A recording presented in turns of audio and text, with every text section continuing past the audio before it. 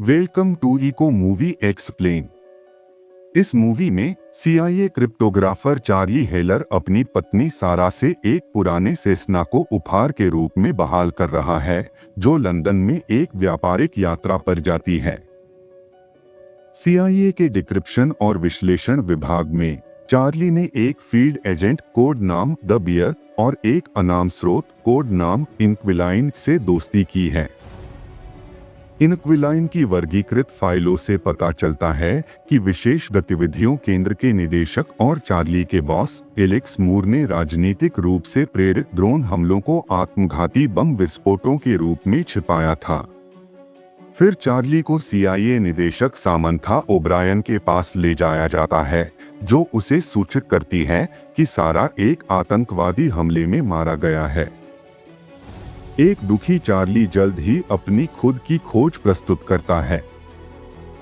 एक असफल हथियार सौदे के बाद 4 अपराधियों ने सारा और अन्य लोगों को पकड़ लिया, जिसके परिणामस्वरूप भागने से पहले उसकी मौत हो गई। चार्ली संदिग्धों की पहचान करता है। बेलारूसी अपराधी मिश्का ब्लेजिक, दक्षिण अफ्रीकी पूर्व विशेष बल ऑपरेटिव इलिश, पूर्व अर्मेनियाई खुफिया अधिकारी ग्रेगचेन फ्रैंक और मायावी मास्टरमाइंड होस्ट शिलर, सारा का हत्यारा। लेकिन मूर और उनके डिप्टी कैलेब होरोविट्स जोर देते हैं कि वे शिलर के पूरे नेटवर्क को खत्म करने के लिए काम कर रहे हैं। बदला लेने की इच्छा से प्रेरित होकर चार्ली मूर को उसके आदेशों के बारे में बताता है, जिसके परिणामस्वरूप कई नागरिक और सहयोगी सैनिक मारे गए। जानकारी को उजागर करने की धमकी देते हुए चार्ली 4 हमलावरों को व्यक्तिगत रूप से ट्रैक करने के लिए संसाधनों की मांग करता है। कैंप पीरी में कर्नल रॉबर्ट हेंडरसन के साथ प्रशिक्षण के लिए भेजा गया। डरपोक चार्ली बम बनाने में माहिर है, लेकिन हेंडरसन दृढ़ता से कहता है कि वह किसी की जान लेने में असमर्थ है।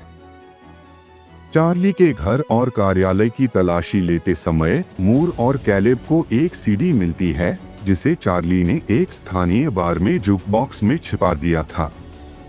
हालांकि उन्हें जल्द ही पता चलता है कि चार्ली सिर्फ झांसा दे रहा था। हेंडरसन को चार्ली से छुटकारा पाने का निर्देश दिया जाता है, जिसने मूर के कार्यालय में कीड़े लगाए थे और पहले ही देश छोड़ चुका है।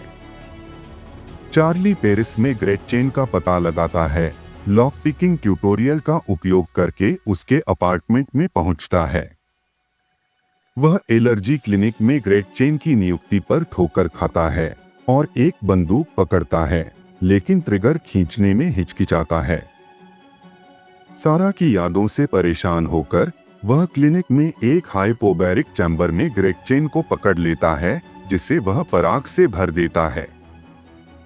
चार्ली यह जानने पर जोर देता है कि शिलर कहाँ है, लेकिन वह ग्रेगचेन को मरने नहीं देना चाहता और उसे आजाद कर देता है।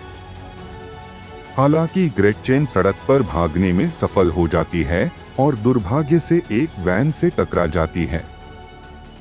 चार्ली ने ग्रेगचेन का फोन छीन लिया और मार्सिले भाग गया, जहां हेंडरसन ने एक बार में उसका सामना किया। हालांकि चार्ली ने बाथरूम में एक विस्फोट किया और भागने में सफल रहा।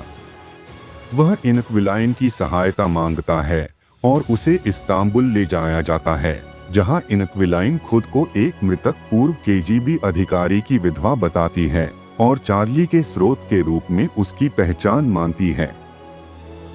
वे मैड्रिड के एक आलीशान होटल में ब्लेजिक के स्रोत का पता लगाते हैं, जबकि ओब्रायन को पता चलता है कि मूर ने चार्ली के पीछे हेंडरसन को भेजा है और अपने स्वयं के ऑपरेटिव को तैनात करती है। मैड्रिड में चार्ली का सामना ब्लेज से होता है, जब वह होटल के छत पर बने पूल में तैर रहा होता है, जिसमें पूल के कांच की चादरों के बीच फंसी हवा को बाहर निकालने के लिए स्कूबा उपकरण लगे होते हैं। जब ब्लेजिक उसकी बात मानने से इनकार करता है, तो चार्ली कांच तोड़ देता है और उसे मौत के घाट उतार देता है। वह लगभग हेंडरसन द्वारा पकड़ा जाता है, जिस पर संघर्ष में ओब्रायन के ऑपरेटिव द्वारा हमला किया जाता है, लेकिन हेंडरसन ऑपरेटिव को गोली मारने में सफल हो जाता है और भाग जाता है। कैलेब को पता चलता है कि चार्ली किसी से बातचीत कर रहा है और अधिक जानकारी प्राप्त करने के लिए इनक्विलाइन का पीछा करता है। वह इस्तांबुल में एक टीम भेजता है और चार्ली के साथ भागने के दौरान इनक्विलाइन की मौत हो जाती है। चार्ली रोमानिया में एलिश को ढूंढता है, उसे मिसाइल बेचने का नाटक करता है और उसे एक इम्प्रोवाइज्ड विस्फोटक के साथ फंसाता है, जिससे उसे यह खुलासा करने के लिए मजबूर होना पड़ता है कि शिलर बाल्टिक सागर में एक जहाज से काम करता है। वह एलिश का फोन लेता है और उसे विस्फोट में मरने के लिए छोड़ देता है।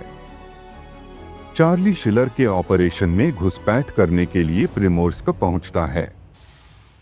बेयर उसका सामना करता है, लेकिन चार्ली अपने प्रतिशोध को खत्म करने से इनकार कर देता है।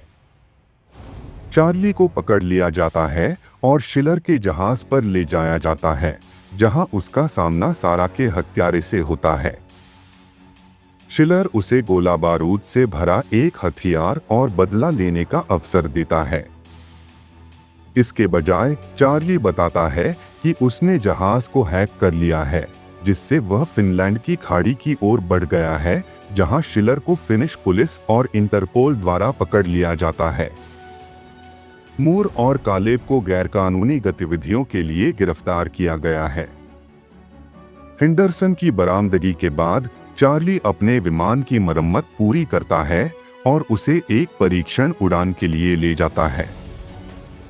इको मूवी के साथ सवारी करने के लिए धन्यवाद। हिंदी में समझाएं।